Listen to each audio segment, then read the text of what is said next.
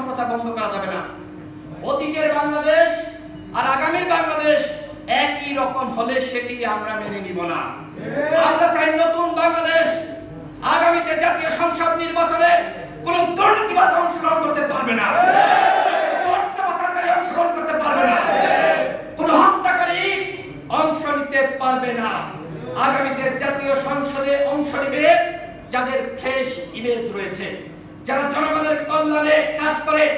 কালো টাকার বাহাদুরি দেখিয়ে টাকা ছিটিয়ে ভোট কিনে আপনি এমপি হবেন, এদেশের জনগণ সেটি হতে দিবে না।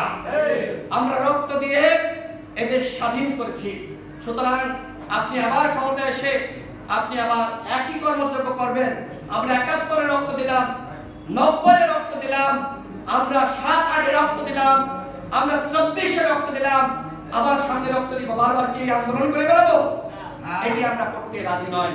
আমরা এখন সকল দলকে সাথে নিয়ে নতুন বাংলাদেশ বিনির্মাণ করতে চাই এবং এই বাংলাদেশের কান্ডারি হবে এদেশের ছাত্র এবং যুব সমাজ। মেজর জেনারেল ইব্রাহিম, তার সাথে গণ অধিকার পরিষদের বেশ ভালো সম্পর্ক ছিল। তো একদিন তিনি আমাকে এবং আমাদের সভাপতি নুরুল হক নুরকে তার বাসায় দাওয়াত দিলেন। সেখানে দেখলাম যে ডিজিএফ এর একজন বড় কর্মকর্তা, আমরা জানতাম না। তিনি এর আগেও তার বাসায় বিভিন্ন রাজনৈতিক বিষয় নিয়ে আলোচনা করার জন্য দেখেছেন। ওই দিন দেখলাম যে ডিজিএফ এর একজন বড় কর্মকর্তা।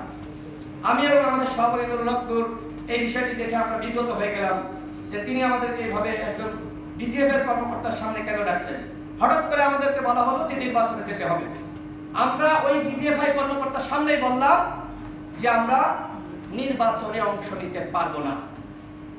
আমরা সরাসরি বলে দিয়েছি, যে কারণে ডিজিএফআই কর্মকর্তা সেখানে তিনি চেয়ার থেকে দাঁড়িয়ে পড়লেন। মানে তিনি বোঝালেন যে আপনি তাদেরকে ডেকে এনেছেন যারা নির্বাচনে যেতে চায় না।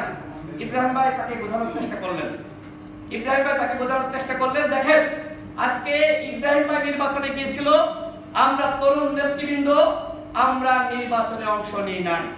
এখান থেকে প্রমাণিত হয় যারা তরুণ তারা কখনোই লোভের ফাঁদে পা দেয় না। যাদের বয়স হয়ে গেছে তারা শেষ বয়সে এসেও এমপি মন্ত্রী হতে চায়। সুতরাং আজকে কেন তরুণদেরকে গুরুত্ব দিতে হবে সেটি আমাদের সকলকে বুঝতে হবে। আজকে যাদের বয়স হয়ে গেছে তারা লোভে পড়তে পারে, কিন্তু আমরা লোভে পড়ি নাই। গণ অধিকার পরিষদ দেশের মানুষের কল্যাণে কাজ করে যাচ্ছে। 2018 সালে আমরা এই পুনঃসংস্কার আন্দোলনের বীজ বপন করেছিলাম। এই আন্দোলন আমরা সফল করেছিলাম। আপনারা সকলেই জানেন। এবং 24 সালে আজকে গণ অধিকার পরিষদের যে ভূমিকা, বিএনপি, জামাত ইসলাম তারা ভূমিকা রেখেছে, তাদের অসংখ্য মানুষ শহীদ হয়েছে। কিন্তু তারপরে যে দলটি সবথেকে বেশি ভূমিকা রেখেছে এবং সবথেকে বেশি শহীদ হয়েছে, গুলিবিদ্ধ হয়েছে, সেই দলটি হলো গণ অধিকার পরিষদ। এটি আপনাকে স্বীকার করতে হবে। এখনো পর্যন্ত 9 জন ভাই গণ অধিকার পরিষদের 9 জন শহীদ হয়েছে। সুতরাং আমরা আমাদের জায়গা থেকে কি ভূমিকা রেখেছি আপনারা সকলেই জানেন। আমাদের সভাপতি নুরুল হক নুরকে গ্রেফতার করা হয়েছিল, আমার বাসায় 2 বার অভিযান চালানো হয়েছে। সভাপতি নুরুল হক নুর রিমান্ডে থাকা অবস্থায় তাকে যেভাবে নির্যাতন করা হয়েছিল আপনারা সকলেই জানেন। তার হাতে হ্যান্ডকাফ পরানো। এরপরেও তিনি কি বলেছিলেন বন্ধুগণ? তিনি বলেছিলেন এই সরকারের 90% পতন হয়ে গেছে, 10% ধাক্কা দেন। এই যে সাহসী নেতৃত্ব, সাহসী বক্তব্য, এদেশের কয়েকজন নেতা এই ধরনের বক্তব্য দিতে পারে? রিমান্ডে থাকা অবস্থায় যে সাহসী নেতৃত্ব এই বক্তব্য দিতে পারে